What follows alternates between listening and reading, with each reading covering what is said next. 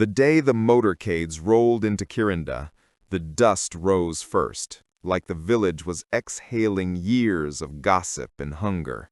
And then the black SUVs sliced through the noon heat with a promise no one dared to name. And before I take you into what happened next, family, smash that subscribe button, turn on the notification bell, and tell me in the comments where you're watching from, because what unfolds here will test what you believe about love, pride, and second chances. The elders lined up beneath a string of sun-bleached bunting. Choir uniforms fluttered like restless birds, and children practiced a welcome song that kept tripping on the word hope, as if their tongues knew how heavy it really was. The lead door opened, and a tall man stepped out. Sunglasses, tailored suit that caught the light, shoes so polished the sky bent to look at itself, and a hush passed over the square, the kind that lands on a crowd when everyone thinks the same impossible thought at once. "Is that Kofi?" someone whispered, and the name moved like a rumor with legs. Kofi Nsubuga, the boy who used to carry sacks of cassava before school, the one who learned the price of kerosene by memorizing the ache in his mother's cough, the one people liked because he never cheated the scale. He took off his glasses and smiled, not the smile of a man returning to gloat, but the quiet, almost shy smile of someone who knows where his story began and refuses to sneer at the first chapter. At the far edge of the crowd, half hidden by a jacaranda, Zuri Barasa froze. The village once called her Evening Star, and she used to wear bracelets that sang when she laughed. But today her hands were bare, and the laughter lived somewhere she could not reach. Her mind pulled open a memory like a stubborn drawer, a church fundraiser years ago, sunlight slanting through cracked louvers, Kofi in a clean, faded shirt asking softly if he could walk her home, and her voice, loud, glittering, cruel, turning a private refusal into theater. "Walk me where? To a lamp that dies at 7? Laughter then had hopped pews, shame had grabbed Kofi by the collar, and life had turned that moment into a seed. She had tossed it in anger. He had planted it in pain. Now, Kofi faced the elders, bowed to Elder Namasole's empty chair draped in kitenge, and spoke with the steadiness of a man who learned to count costs before counting profits. He talked not about cars or clothes, but about a school with a library that wouldn't lock during exams, a clinic with a fridge that kept vaccines cold even when the grid sulked, and a row of boreholes mapped with dates, budgets, and committees, so every promise had a witness. The cheering that followed wasn't noise. It was relief with a rhythm. Mothers lifted children so they could see what a vow kept looked like in a suit. Fathers straightened shoulders that had grown crooked from waiting. Boys watched Kofi write timetables on the back of a site plan and thought, work can be a weapon that doesn't wound. Zuri pressed closer to the tree, the bark rough under her palm, regret moving through her bones like cold water. Pride is a poor tailor. It cuts joy too short and stitches sorrow where no one asked. She swallowed, and for a heartbeat, as Kofi's gaze swept the crowd, their eyes touched across 7 years and 1,000 decisions. He inclined his head, the way a man acknowledges a storm he once survived. Then he turned back to the elders, to the paper, to the future. Somewhere a drum found the song the children had been chasing all morning. Somewhere a goat disobeyed its rope, and the laughter that followed sounded clean. And in that bright, breathless square, under bunting, beneath sky, before everyone, Kirinda felt the hinge of a story swing, and the first chapter of this new beginning snapped into place. Morning in Kirinda always began with smoke, And for coffee, it braided itself into every memory of becoming. The sting of damp firewood that refused to catch, the thin whistle of porridge threatening to boil over, the soft cough of his mother Ruth in the doorway as she wrapped the lesu tighter against the chill and said, "Today we try again, my son." He tried again by shouldering bunches of matuke while dew still jeweled the banana leaves, by tugging a handcart along the red road until the wheels learned his name, by memorizing which stall paid in coins and which paid in promises, and by keeping a ledger in his head because paper went missing when rain grew curious. Pride for him was not a speech, it was the quiet arithmetic of doing the next useful thing, patching a sandal with fishing line, bargaining for a sack of charcoal that would outlast a week, turning a cracked jerry can into a scooping scoop. What the village liked in coffee was not spectacle, it was reliability, the way he never shaved the scale and never forgot to hand the neighbor back change, even if it meant walking to the far side of the trading center in the dark. But after the church fundraiser, the day Zuri made a stage of his heart and everyone learned where laughter could cut. Work changed temperature. It got colder and sharper, as if the world had tilted and he needed spikes to keep his footing. He cooked for his brothers that night and pretended not to hear whispers in the compound. Then, when the lamps were dead and only crickets kept the hour, he lay awake watching the roof scene glow with moonlight and admitted to himself that staying might turn him into a smaller story. The next afternoon he went to Elder Namasole, who sat under the mango tree like a gate that asked questions before it opened. "Jaja," he said, keeping his voice from wobbling by holding his breath, "I think the hill has taught me what it can. I want to try Kampala." Her eyes measured him for a long time, not as a tailor measures for a suit, but as a mason measures a wall, testing for plumb, for sag, for where the weight would fall. "The city is a mouth," she said at last, "and mouths are for eating. Let it eat your fear and your laziness, not your name. Send money home before temptation learns your address. Choose one thing to be stubborn about, and let it be your honesty." He nodded like a student who knew the exam would come without warning. That evening he told Ruth, and she did not beg him to stay. She fetched his father's green Bible from the top shelf and wiped the dust with the corner of her skirt. "This is all we have that bandits don't understand," she said with a smile too brave for such a small house.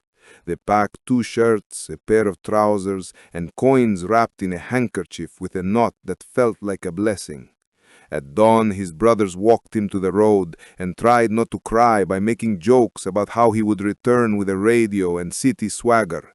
The bus arrived alive with dents and prayers. He climbed aboard and chose a seat by the window where wind could make sense of his thoughts. The land unrolled, gardens, anthills, the small occasions of other people's mornings, until the first long buildings appeared like arguments, until traffic taught him patience with a raised eyebrow, until the air changed from smoke he knew to exhaust that insisted on itself. Owino Market became a baptism by noise, a catechism of how much and last price and my brother, don't be serious. He learned to tuck his wallet where hands were too polite to try, to count change twice, to say no without making enemies. When hauling bales wasn't enough, he took a night shift mixing cement at a site that smelled of iron and wet grit, and there he discovered the discipline of weight, the kind that makes a back remember and a will harden. He slept in a room that wasn't a room, just 4 agreements made of plywood and cloth, and he learned which tin roof leaked, which neighbor snored, which rat respected boundaries. Hunger offered shortcuts with a friendly grin. He declined and went to bed earlier. On Sundays he sat at the back of a church off Kafue Lane, where the pastor's suit was shiny and the hymns were brave, and he asked, not for luck, which is noisy, but for stamina, which is quiet. In letters home, he wrote small truths, that the city was both teeth and table, that he missed the sound of banana leaves answering wind, that he had not become cruel to survive, and that one day he would return with more than stories. Luck did not arrive like a trumpet. It slipped in, disguised as a problem nobody wanted. A scuffed leather wallet, buried beneath a pallet of timber just before dawn, when the yard steam rose and men cursed the chill through their gloves. And Kofi, who had learned to see what work hid, spotted the corner of it peeking from sawdust like a shy fish. Inside were cards, a yellowed family photo, and a logistics yard pass embossed with Akello and daughters, plus enough cash to buy him rest for a month if he let hunger do the math. So he closed it with both hands, told the timekeeper what he'd found, and waited at the gate while shifts changed and the city rubbed sleep from its eyes.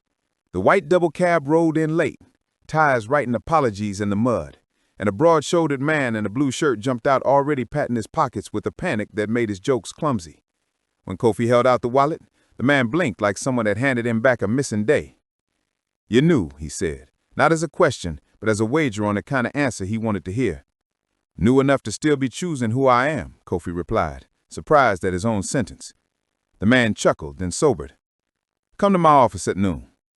The office was a shipping container with ambition, fan rattling, ledger towers, a calendar on the wrong month, and a desk scarred by years of decisions. The name on the door read Samuel Akello, and his handshake had the calm of a man who has seen many storms and refused to become one. He asked Kofi questions that were not small talk. Who depends on you? What won't you sacrifice? How do you learn when you're tired? And listen to the answers like nails being driven. "My mother and brothers," Kofi said. "My name. My copying people who are good at what I want to do."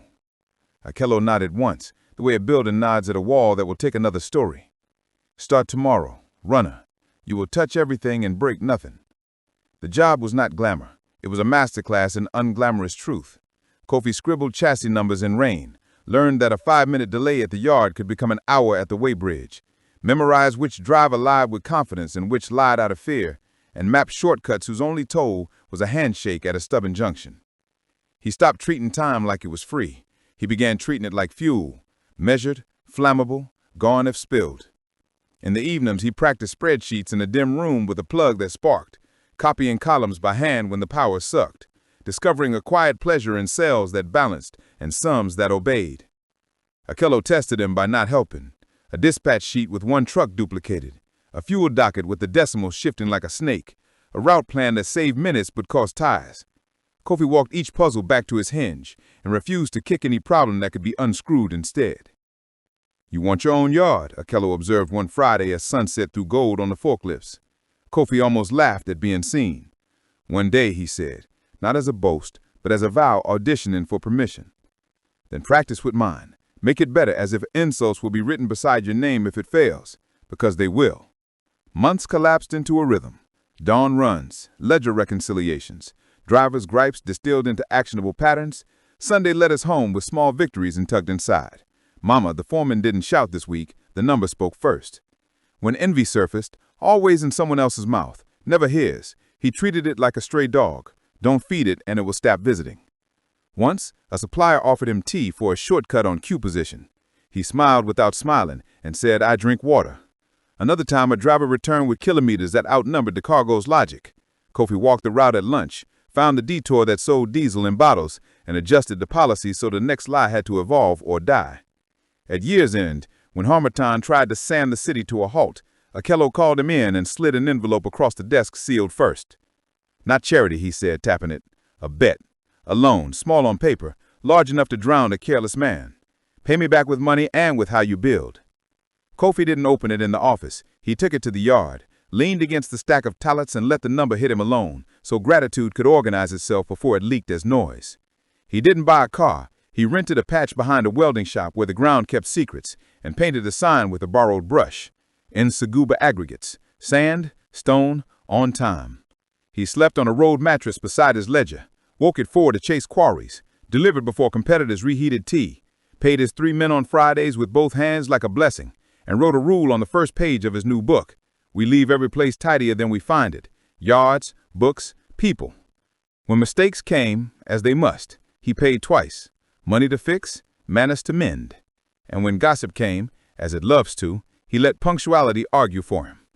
In the low hours, when doubt rattled the corrugated roof, he said the sentence that had carried him since a day under a jacaranda in Corinda.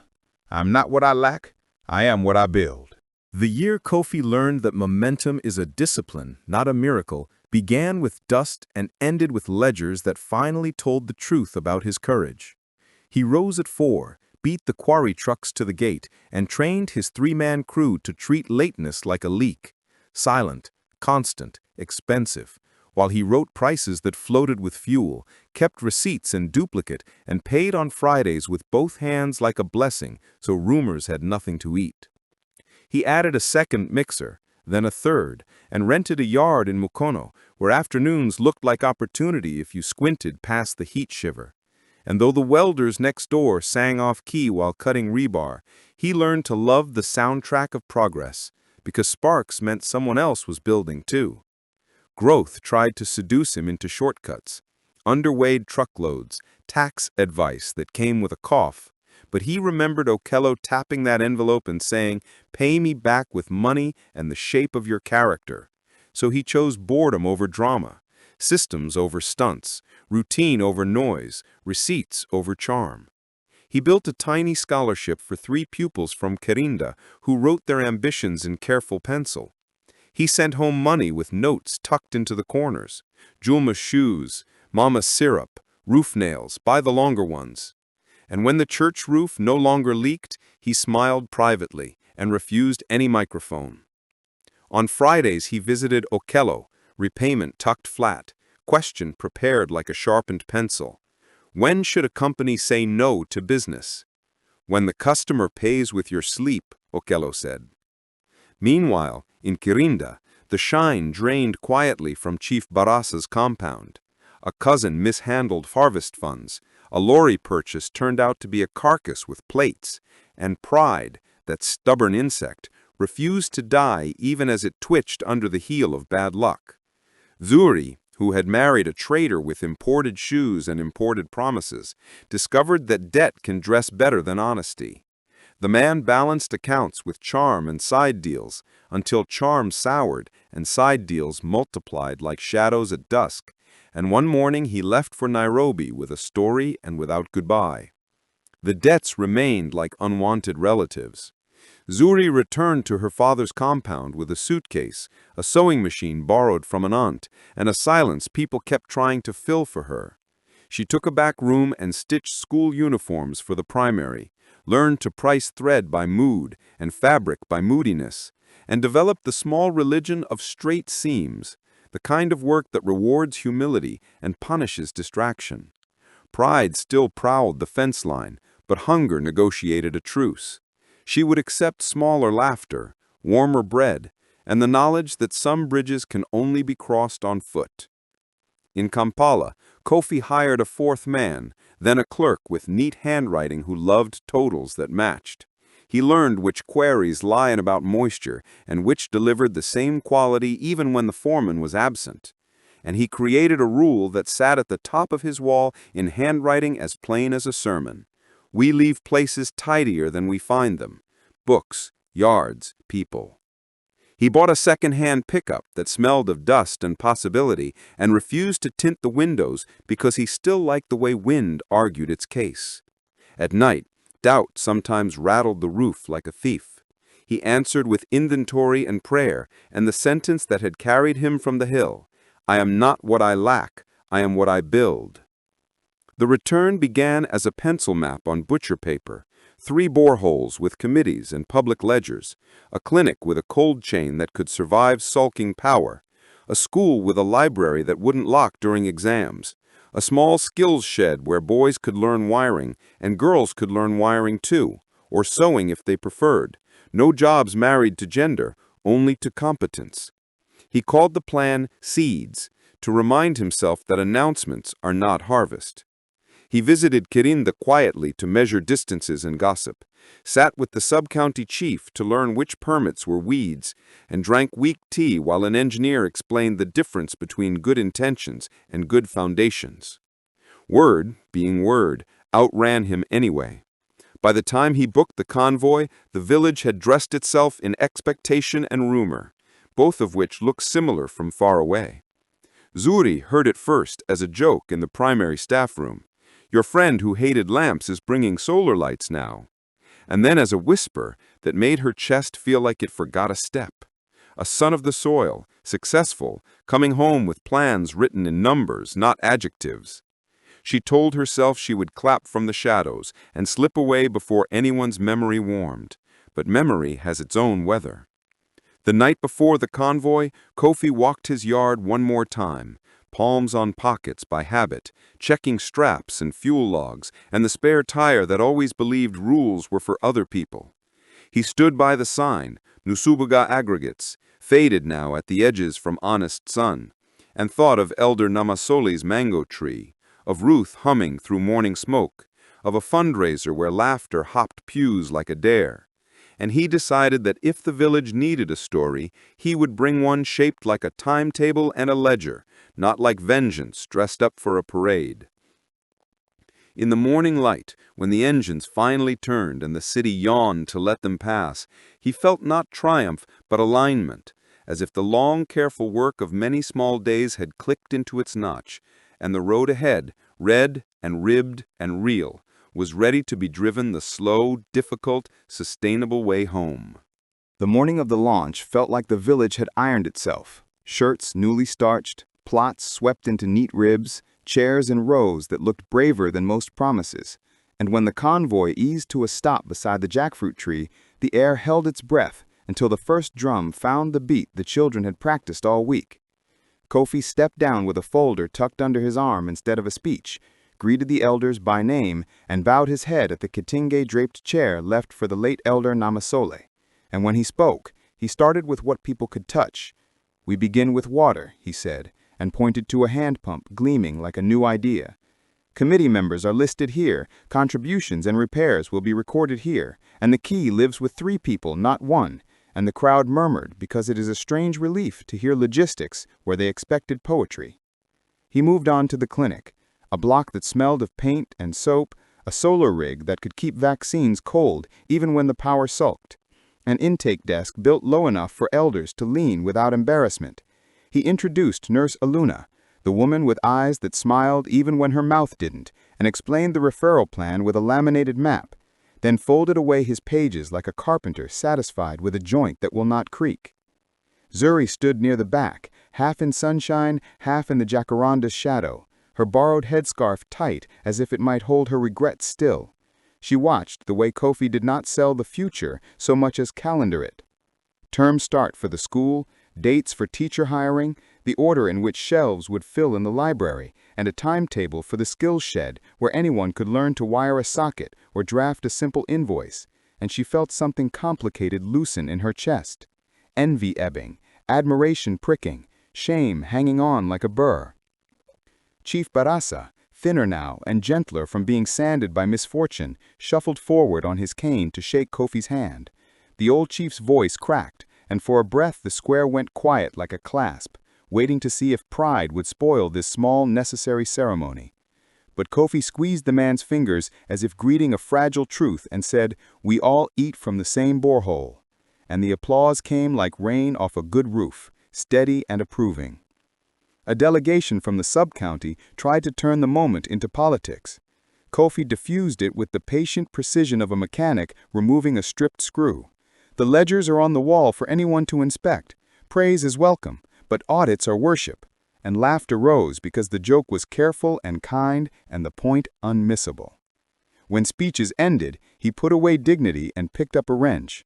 The photo of him tightening the pump's first bolt spread faster than any adjective could have, and the children cheered not because a rich man had arrived, but because an adult was doing something specific in front of them. Zuri drifted toward the clinic veranda, where a poster explained that antenatal visits would include a class on money, how to save for emergencies, how to price time, how to say no without war. And she remembered the day at the fundraiser when she had made her voice a blade and smiled to watch it cut. The memory did not taste heroic. Inside, Aluna arranged medicines with the quiet competence of somebody who believed in shelves and outcomes more than applause. When their eyes met, Aluna nodded to Zuri like one woman acknowledging another's long, stupid detour back to herself. Outside, Kofi walked the edge of the crowd, shaking hands as if collecting updates rather than compliments. A widow whose goat kept escaping.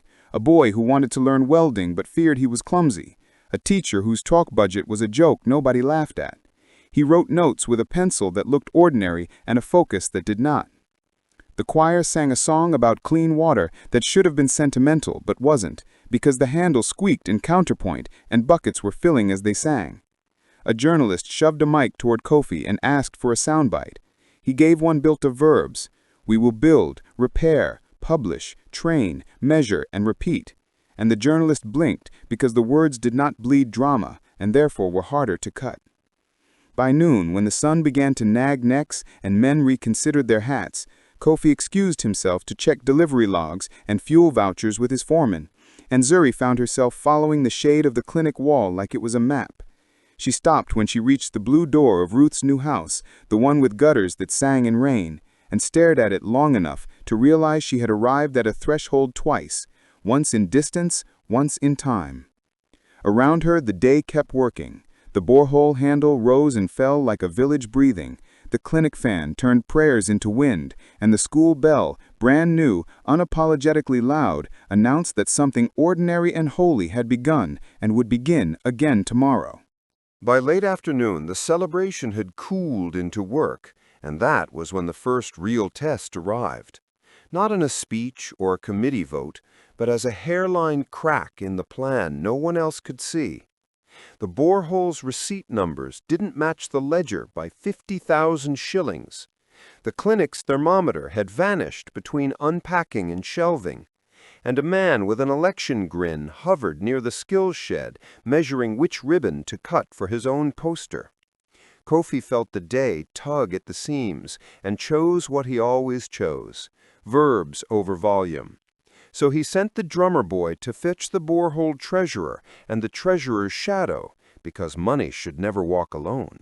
Walked to the clinic and asked Aluna to inventory out loud while he wrote, then intercepted the politician with a smile that felt like a well-swept doorway, welcoming, impossible to sleep in.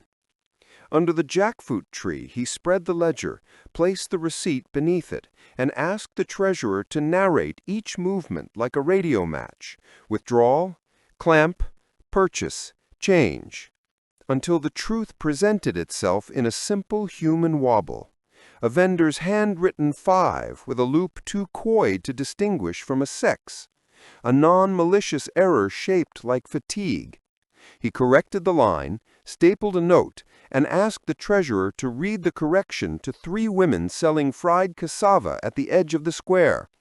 If aunties can balance your numbers, the rest of us will behave, he said, and the treasurer laughed, embarrassed, and saved. At the clinic, the missing thermometer reappeared in a nurse's tote, tucked there during the morning's rush when 4 mothers arrived at once. Aluna held it up with a grin sharpened by competence and said, "System says we log every borrow. System was right." And they added a bright sticker to remind the next helper where borrowed things go home.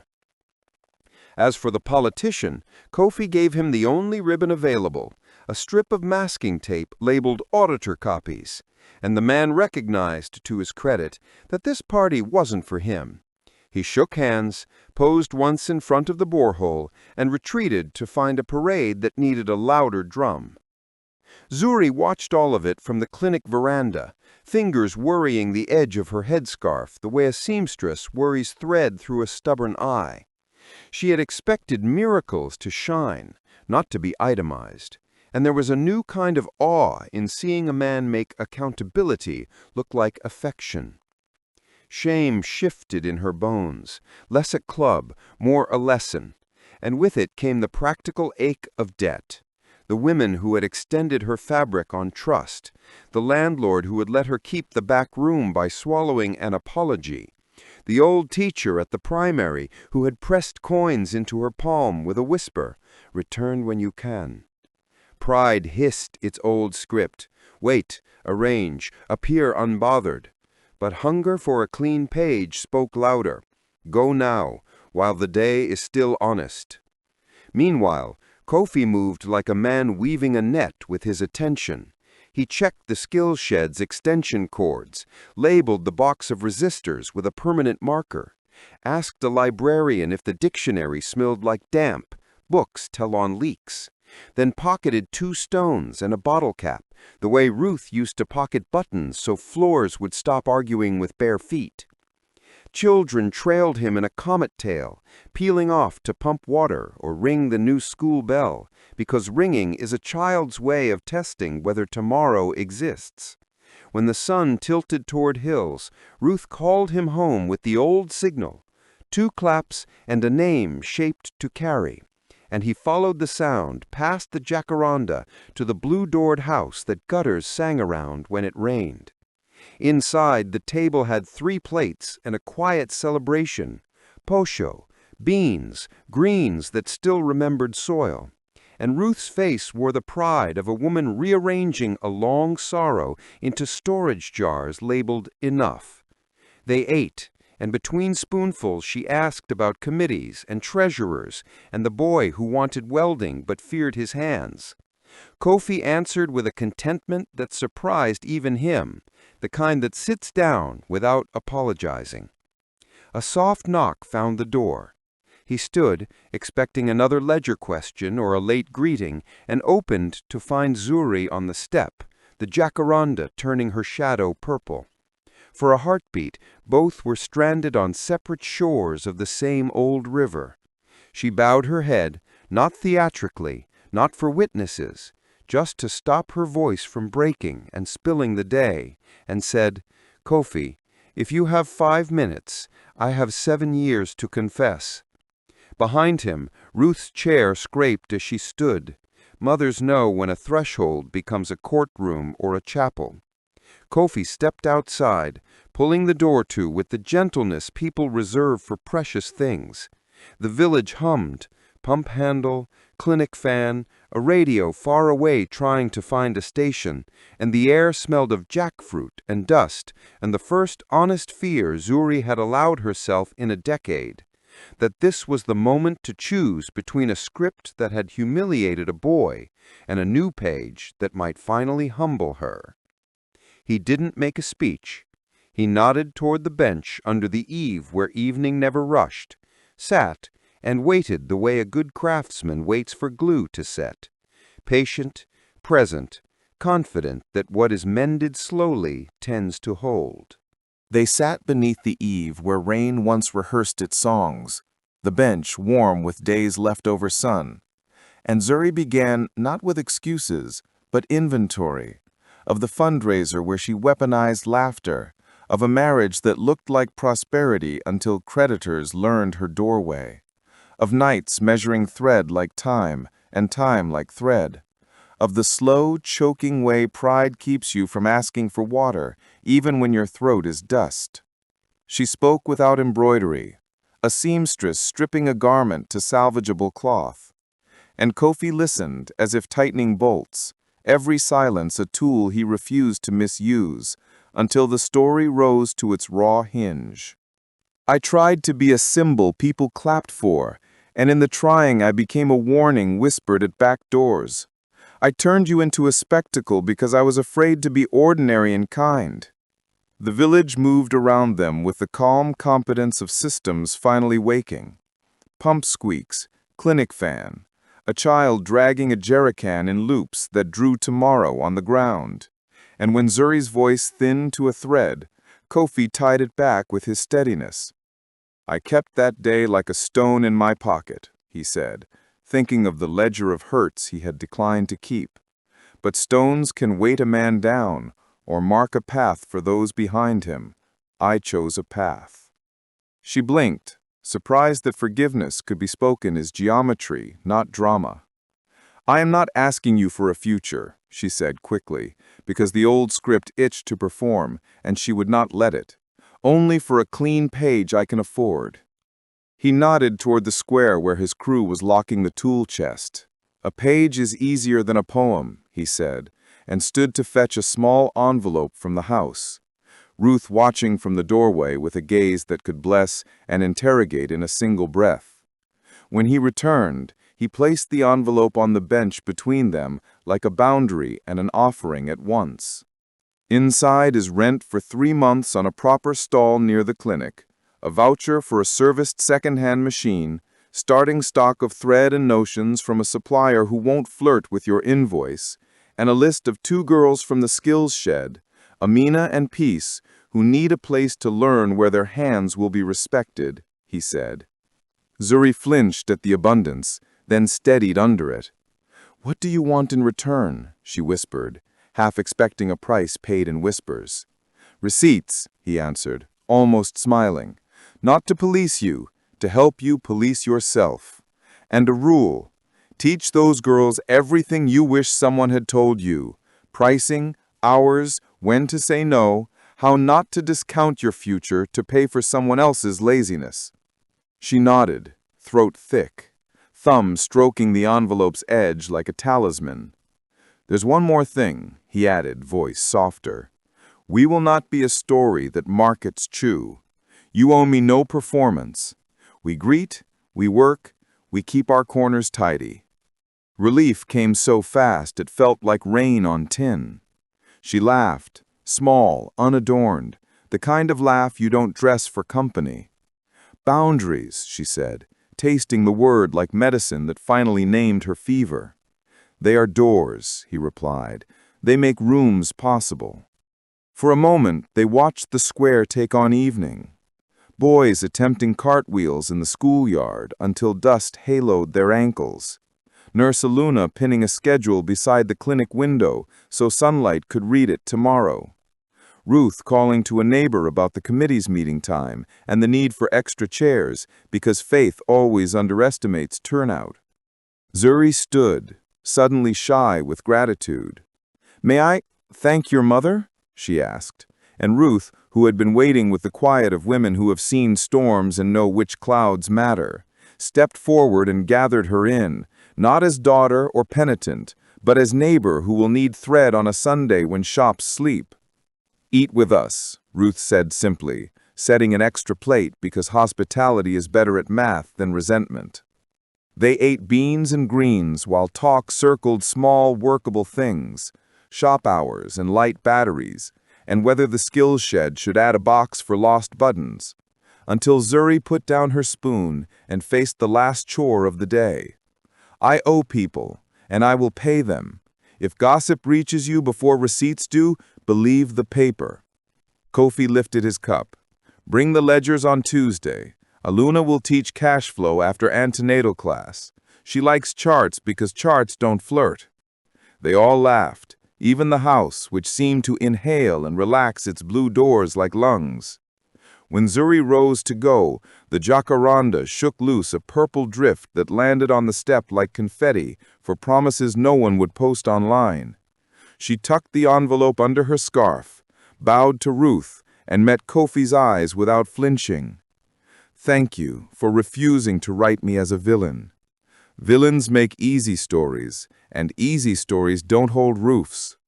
She walked away lighter than she had arrived, past the borehole where women compared notes on soap and school fees, past the clinic window where a poster now read, "Money Class, Wednesdays," past the skills shed where 2 girls practiced stitching straight in the failing light and made a mistake they cheerfully unpicked. Behind her, the house filled with the tidy chaos of washing plates and rewriting futures. Ahead, the village stretched into evening like a ledger that would balance because too many hands had finally learned to show their work. By the time planting season swung into harvest and back again, the village learned that progress sounds less like trumpets and more like well-oiled hinges. The borehole handle squeaked itself into a rhythm the blacksmith finally silenced with a dab of grease and a joke. The clinic's vaccine fridge hummed through 2 power cuts without drama. The school bell practiced punctuality so stubbornly that even goats adjusted their naps. And Zuri's new stall, painted the color of right pawpaw and positioned where morning light could audition her stitches, became a small factory of second chances, where Amina and Peace argued joyfully over straight seams, learned to price time without flinching, and stapled receipts like prayers that knew their destination. Kofi discovered that founding is the easy poem and maintenance the honest prose, so he built his days from verbs that rarely trend: audit, repair, replenish, explain. He showed up at committee meetings with the patience of a man sanding wood, letting heat bloom from friction until edges married cleanly.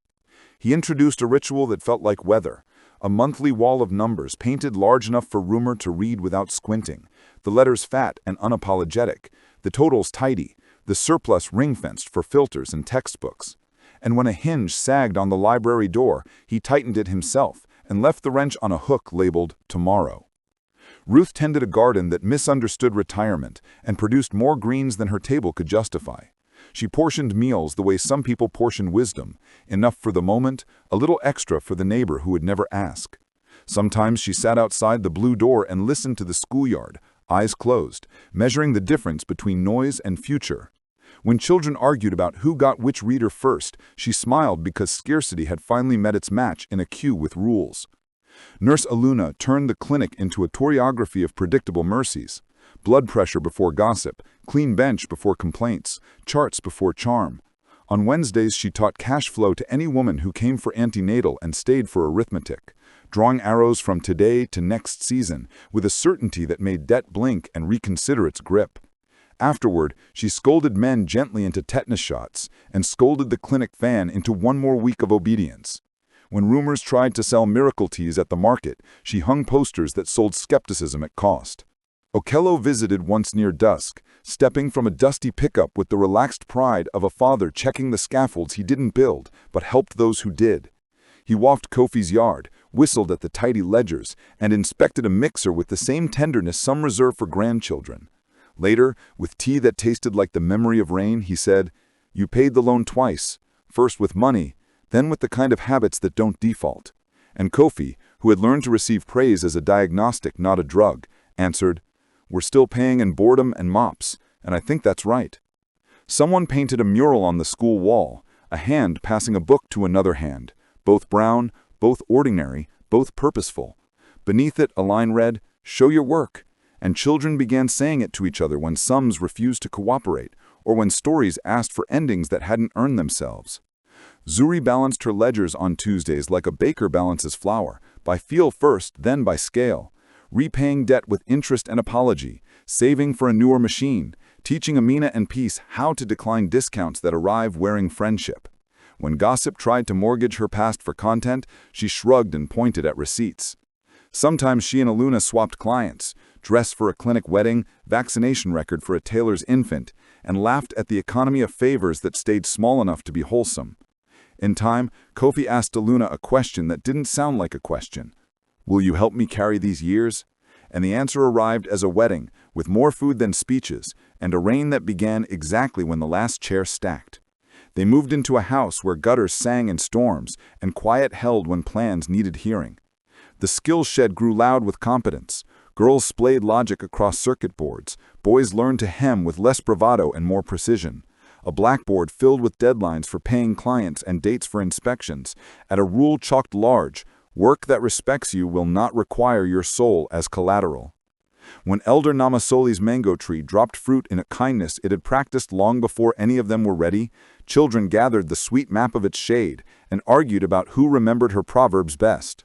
Ruth settled debates with a clap and a sentence. She taught us to plant pain like seed, not throw it like stones. And even the school teacher who loved red pen nodded and kept his ink for lesser errors.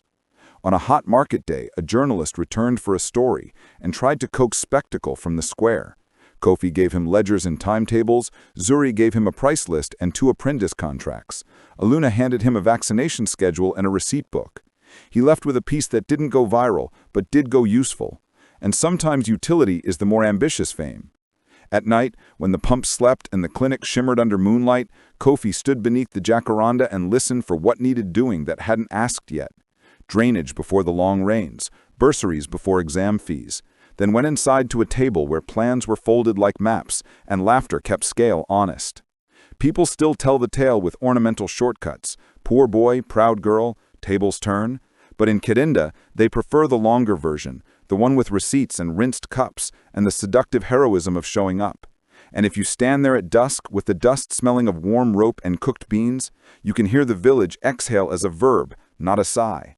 Build, mend, teach, repeat, chapter after chapter, until the ordinary becomes the miracle everyone was waiting for.